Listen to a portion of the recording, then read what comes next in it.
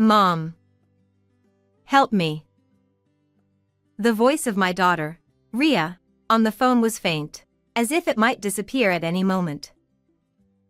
I haven't eaten anything for days. I can't. Help me, Mom. I strained to pick up her voice, which came in fragments. She must be too weak. Ria was lodging at her aunt's house and was supposed to be living a college life from this spring. However, the phone call that day was clearly different. Ria. Pull yourself together. I'm coming to get you right away. She might be caught up in some kind of trouble. Thinking so, unable to stand still, I jumped into the car and rushed to my sister-in-law's house. I just wished for her safety. Arriving, I entered the house without hesitation. But there was no one there. I felt an eerie atmosphere in the silent house with no sound. Then, from the stable in the yard, I heard the neighing of a horse and a distressed scream. My name is Emily Gordon. I'm a single mother in my 40s. My daughter, Ria, lost her father when she was in elementary school, and since then, I've been raising her on my own. To manage our household expenses, I currently work as a contract employee. Ria, who was once a child, is now a high school senior. Mom, listen. Today, the math teacher did something really terrible. Today, as usual, I listened to Ria's complaints about the math teacher. It was something trivial, like most of the class couldn't solve the tricky problems in the quiz. Ria seemed frustrated because she was good at math and couldn't solve the tricky problems. That teacher is unfair. Always. But you solved the others, right? Then it's okay. Yeah, but... She pouted while eating dinner. She's doing well in subjects other than math, partly because I sent her to a cram school near the station. Even the high school teacher has praised her, saying that with her grades, going to her desired university is not just a dream. But it's a fact that going to university requires money. I didn't want her to give up on going to college just because she has a single parent. I also want her late father to see how well she's grown up. I have to earn a steady income. After dinner, I start my side job. I work as a contract employee at a call center during the day and focus on translation work at night. Juggling two jobs is very tough. I work late into the night, wake up early in the morning to make lunch for the two of us, and rush off to work. One day, amidst such daily life, I received a call from my sister-in-law, Amy. Hey, Emily, how are you doing? From the other end of the smartphone, her high-pitched voice casually laughed as she spoke. She called during my work break. Frankly, I'm not fond of her. She has this sarcastic personality, laughing at our struggles as if it's amusing to her. On this day too, she went on with her nonsensical chatter, seemingly laughing at my hardships. Well, it's time for me to get back to work. Excuse me. I quickly hung up and returned to the break room. However, Amy and I still have some interaction. There was a time when Amy's husband bought a new car, and we went for a drive. Her husband, Harry, is very reserved. Even during the drive, he spoke very little, mostly just nodding along or giving simple responses to Amy's chatter. Even at shops or during lunch stops, there was hardly any conversation. Harry ignored Amy's rude remarks. He's passive and just watches from the sidelines. During the drive, he didn't even object to Amy's attempts to one-up me. Her parents often warned Amy about her behavior and attitude. But she never listened. Apart from them, there were no other reliable relatives nearby. My parents have passed away, and my in-laws are alive but live in another prefecture. Though it's often daunting, there's no use lamenting over it. I've always believed in maintaining a good relationship with them, even if it's challenging. I've gritted my teeth and gotten through it so far. I've always told myself that I can manage somehow, and I intend to keep doing so. One day, about 6 months after the call from my sister-in-law, Ria finally started her university entrance exams. Both she and I felt a tense atmosphere at home. Even during meals, Ria keeps her vocabulary book nearby, moving her eyes, mouth, and hands while eating. Ria, put away your vocabulary book at mealtime. Wait, let me memorize this much first. While chewing, she stares at the vocabulary book with a fierce expression.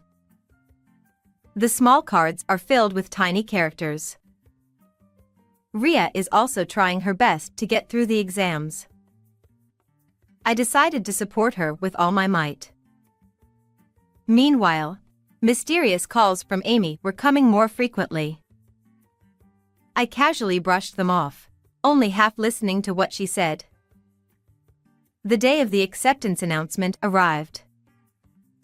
I accessed the website of Ria's desired university and searched for her exam number. I'm scared, Mom.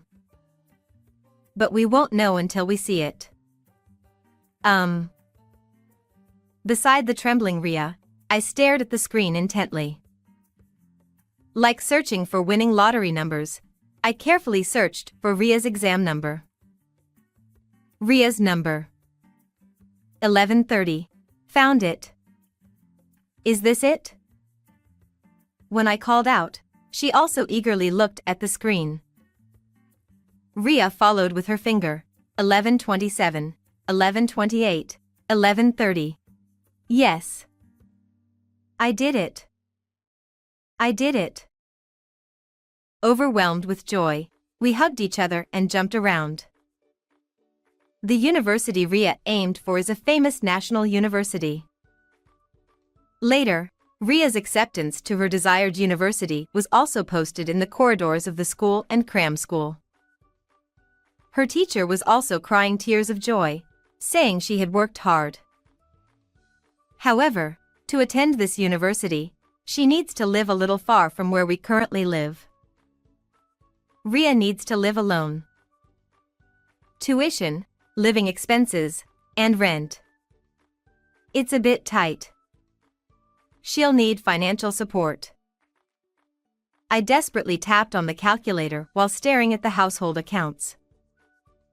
I had been thinking about the future after finishing my side job, but I couldn't quite settle down. Around that time, Amy called again. Hey, listen. We're going to do a neighborhood cleanup at the community association, but the chairman. Listening to her listless voice, I felt annoyed. She didn't have any kids or pets, so she often called because she had nothing else to do. That day, she went on and on about gossip and slander, but I suddenly remembered something. Oh, by the way, Ria got accepted to a national university. She'll be a college student from spring. Wow. Ria, that's amazing. Congratulations. Her response didn't seem very sincere, so I replied indifferently. Thank you. I guess. Isn't commuting from there going to be tough? She'll live alone, right? Yeah, well, that's the plan. In that case, why don't you let her board at our place? You probably don't have much money, do you? Amy's sudden offer surprised me. Huh? And, you know, since we don't have any kids, there's a spare room. Indeed, Amy and her husband's house was within commuting distance of the university. However, I was a little cautious. But it's not right. Harry is there too, isn't he? It's fine. We were just talking about renting out the spare room recently. The boarding fee was about 30,000 yen, including utilities and internet. For all that was included, it was a good deal. The conditions weren't bad, but I said I would confirm with Ria before getting back to her, just to be sure. I'll be waiting for your favorable answer. She hung up the phone cheerfully as usual. For her, getting a monthly income of 30,000 yen just by renting out a room was probably a good thing. But, it's that shrewd Amy we're talking about. It's normal to think there's something fishy going on. I had intended to consult Ria and, if she didn't like it, decline. When I told Ria about it after she returned from cram school, surprisingly, she agreed to the idea. I can board at Auntie Amy's house for 30,000 yen? Economically, it would help, but it's up to you, Ria. Ria fell silent for a while and pondered. Of course, if you prefer a proper apartment, we'll look for one. No, I'll board at Auntie's house. Huh? Are you sure? Because that would reduce your burden, Mom. I think it's a good idea. Saying that, she smiled. She must be trying not to worry me or cause any trouble. I wasn't too keen on it, but I agreed. Afterward, I informed Amy that Ria would be boarding. However, I made it a condition that she would only board for the first year, as we couldn't rely on them for 4 years. During that year, Ria would save money from her part-time job, and I would increase my workload. This way, we would prepare for Ria to live alone more independently starting from her second year of college. Surprisingly, Amy readily accepted these conditions. Okay. Let me know when the moving day is set. She hung up the phone with a cheerful laugh. On the other hand, I felt a mix of relief and anxiety. Or rather, the anxiety was greater. I couldn't shake off a bad feeling. As for her, she started packing happily, seemingly looking forward to her new lodging. Watching her, I told myself not to worry too much and spent my time. The moving day was set, and on that day, I drove Ria's belongings in my car. One large suitcase and several cardboard boxes. In addition, Ria packed her blanket, pillow, and favorite stuffed animals. We drove for about an hour, and I pulled the car into Amy's driveway. There, an unusual sight caught my eye. Huh? Horses. There was a slightly spacious garden on the property, and there were horses standing there. Behind the horses was a small shed about the size of one horse. It was so strange that I had to do a double take. The chestnut-colored horse glanced over and turned its head away, seemingly disinterested. I parked the car in the garage and unloaded the luggage. Ria looked at the horses while pulling out her suitcase. It seemed to catch her interest. Then, Amy wandered over. You're here early. It's still noon. It's already noon. Amy was wearing sweatpants and sandals, looking like she had just woken up. Hello. Thank you for having me. Ria bowed her head politely. Her hair, which reached her shoulders, gently swayed. Nice to meet you too. Let me show you to your room. What about the horses over there? Oh, that little one? According to Amy, it went something like this. The horse used to be a racehorse but retired, and it was bought by an acquaintance of hers. However, the horse was not very friendly, and the acquaintance began to have trouble handling it. Hearing about it from the acquaintance, Amy took it because she wanted to try riding it. However, the horse refused to let her ride and was difficult to handle. But it won't let me ride it at all, and it's not friendly. It's more trouble than it's worth. I've heard that horses have different personalities. Perhaps it had a difficult temperament. Just now, it turned away as soon as it saw us. So, I want Rhea to take care of that horse. Really? Wait, what? I was taken aback. I didn't hear anything about that. It wasn't part of the boarding conditions, so I objected, but Amy just laughed. Students don't have much to do anyway, right? Taking care of a horse should be fine. Rhea has to work part-time too. Hearing that, Rhea, who had been listening, intervened between me and Amy. It's okay, Mom. I want to be friends with that little one. Huh? But. Well then, why don't you try touching it a bit? Amy said so and walked Rhea over to the horse. When the horse saw Rhea approaching, it snorted. It leaned into Rhea's face as if checking something. You're a good boy, horsey. I'm Rhea. Nice to meet you. Rhea spoke gently to the horse. Come to think of it, she had always liked animals since she was a child. When she was young, she used to go to the zoo often with her late father. The horse seemed stubborn, but surprisingly, it seemed to have opened up to Rhea.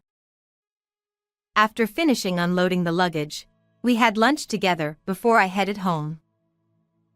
The car, which had become emptier than when I left home, felt strangely lonely. And so, Rhea's boarding life began. The next day, I received a message from Rhea early in the morning. I named the horse Rocky.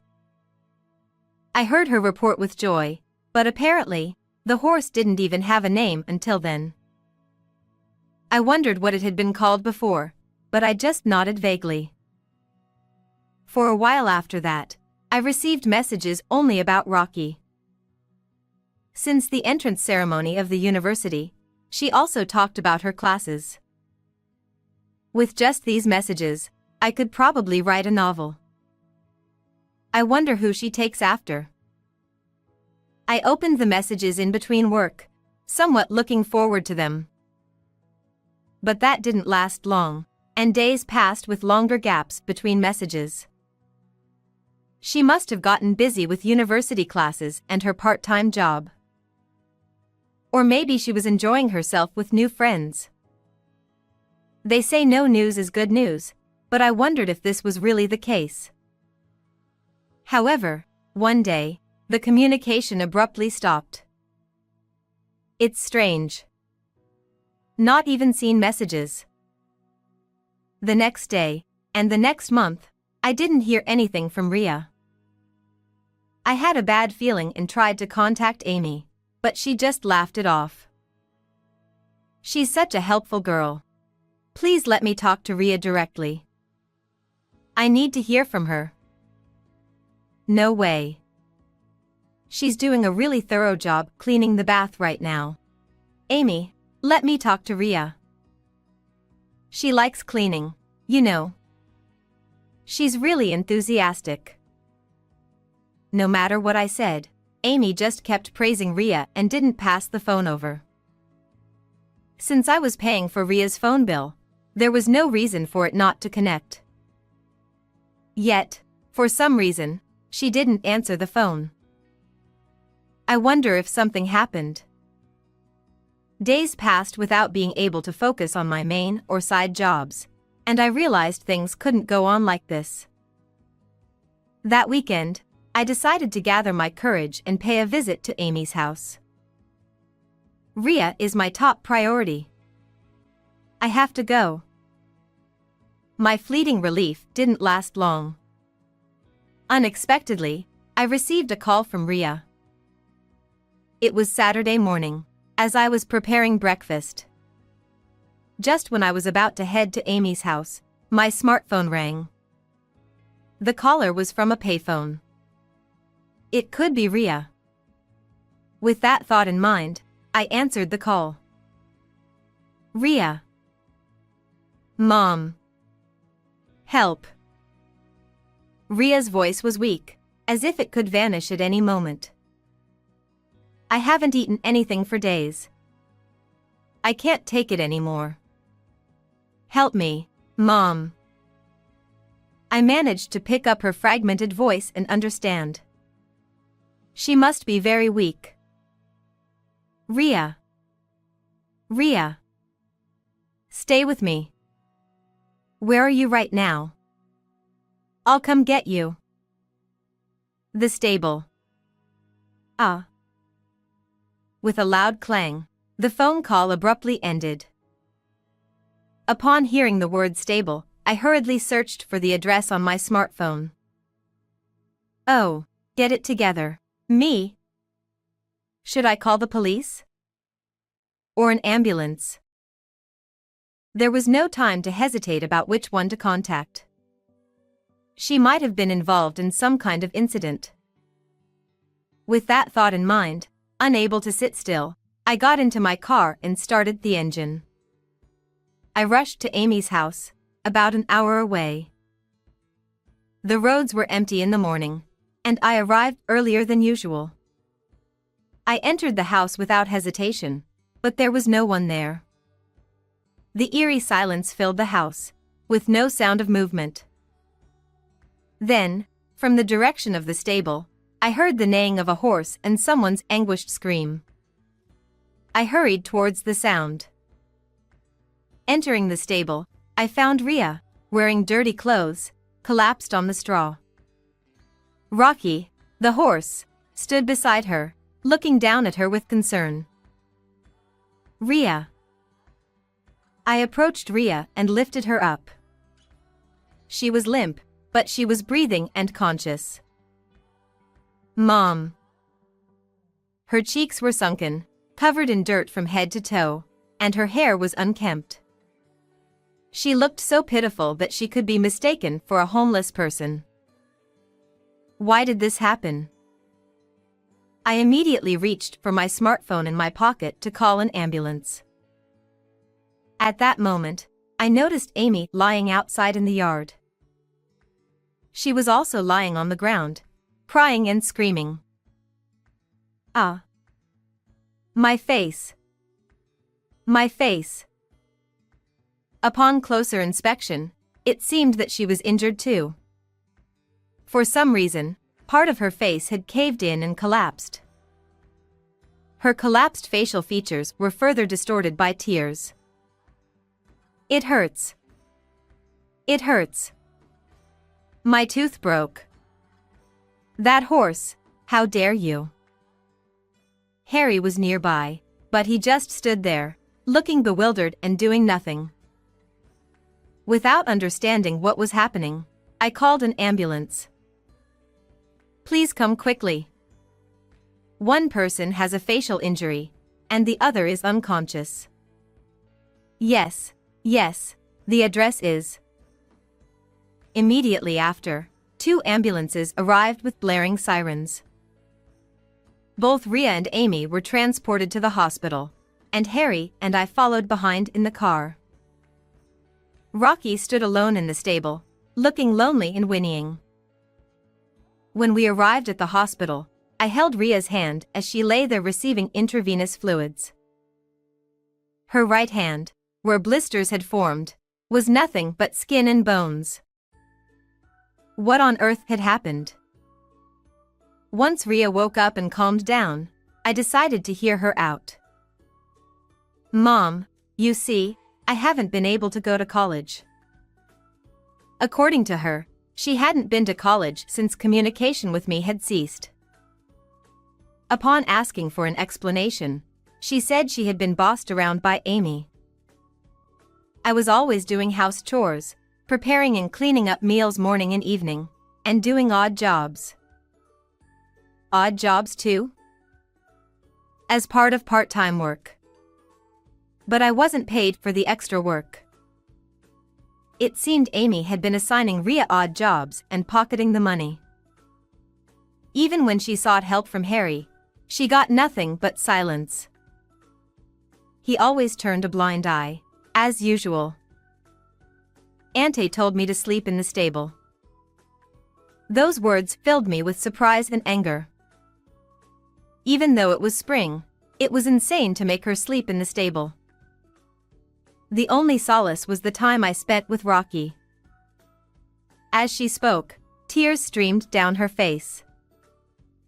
It must have been really tough.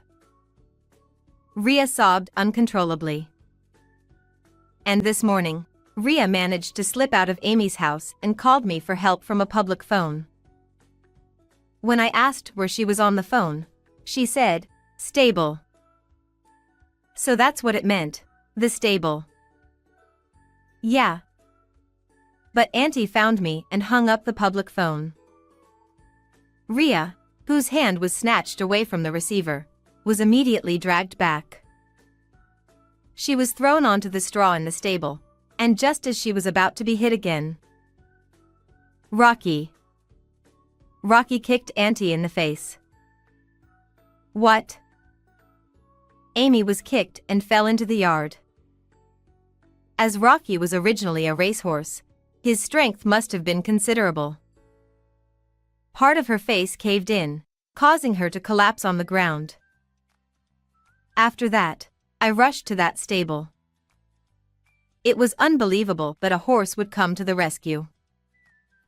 I muttered to myself, but since Rhea had seen it, there was no room for doubt. After hearing everything from Rhea, I was summoned by the attending doctor. Rhea was diagnosed with malnutrition, and I got a medical certificate. I was advised to go to the police with this information. I immediately rushed to the nearest police station. After hearing the story, the police immediately launched an investigation. After questioning Amy, Harry, and me, they also interviewed the neighbors. Amy flatly denied everything, and Harry remained silent. On the other hand, I told them everything I knew, including Rhea's testimony. The neighbors also revealed that they had heard rumors about Amy's bad behavior and mistreatment of her niece. Based on these testimonies, Amy and her husband were arrested for neglecting their duty of care. Furthermore, I consulted a lawyer about claiming compensation from them. Fortunately, evidence and testimonies of their harassment were obtained from the neighbors. The neighbors were also aware of Rhea taking care of the horse. Every time someone passed by, Rhea would lament about being bossed around by her aunt and not being able to go to college. It's no news is good news, but this was no time for such optimism. I deeply regretted putting Rhea up with them. The more I knew the truth, the more my heart ached. For the past few months, every time I thought about how badly Rhea had been hurt, it tore me apart. Based on this evidence, I demanded compensation from Amy and her husband. If you want money that badly, I'll give it to you. Amy spat out such words casually and paid a lump sum. While Rhea took a leave of absence until she recovered, I received another call from Amy. Amy and Harry were able to return home on probation. However, it was diagnosed that Amy's sunken face would not return. She was terrified to see her face every day and ended up breaking all the mirrors in the house. And she began to shut herself in, fearing that others would see her disfigured face. Harry was ordered to transfer to another department after being arrested. As he was nearing retirement age, he requested retirement himself. In reality, it was more like he was forced to quit. He didn't receive as much retirement money as he had hoped, and the couple was struggling to make ends meet. Later, I heard from the neighbors that the couple's bad reputation was spreading, and they were being ostracized. I wonder what happened to Rocky, who was in the yard. Rhea often worried about him even while she was in the hospital. Don't worry. Rocky is probably. I persuaded Amy to consult with the authorities to have him taken somewhere. Eventually, he was taken to a ranch in the prefecture. It seemed he could run around even more freely there than before. His name is still Rocky. That's a relief. Rhea smiled with relief. Rhea continued to recover smoothly and was discharged safely. Her sunken cheeks and bony hands had become healthy again. She decided to move into the university dormitory, saying she was fed up with staying at Amy's house. Living in the dormitory had its inconveniences, such as the supermarket being far away and few buses. Still, she was much happier than staying in the stable, which pleased her. Should have done this from the beginning, I muttered, and Rhea laughed. But it's nice that we got to see Rocky. As we spoke, we were now at the ranch where Rocky was. Rocky was running freely inside the fence as if he loved to run. His figure was so beautiful that it was hard to believe he was the same horse that was in that small stable. Rhea cried tears of joy as she watched Rocky run. When Rocky noticed Rhea, he slowly approached her and nuzzled her with a soft snort. Licking Rhea's cheeks and showing an affectionate and playful expression, he was a very charming horse. Haha, it tickles. Laughing, Rhea stroked Rocky's face. 4 years later, Rhea graduated from university safely. She started job hunting early on, and after securing a job offer from a major company, time flew by. There were many challenges before and during her studies. But because of that, this day felt truly precious. Mom, thank you so much for everything. I bought her a new dress for this special day. She looked so radiant and proud in her dress. I believe my late husband in heaven is also smiling as he watches her. How did you like this story? Please don't forget to subscribe to the channel. Well then, see you in the next video.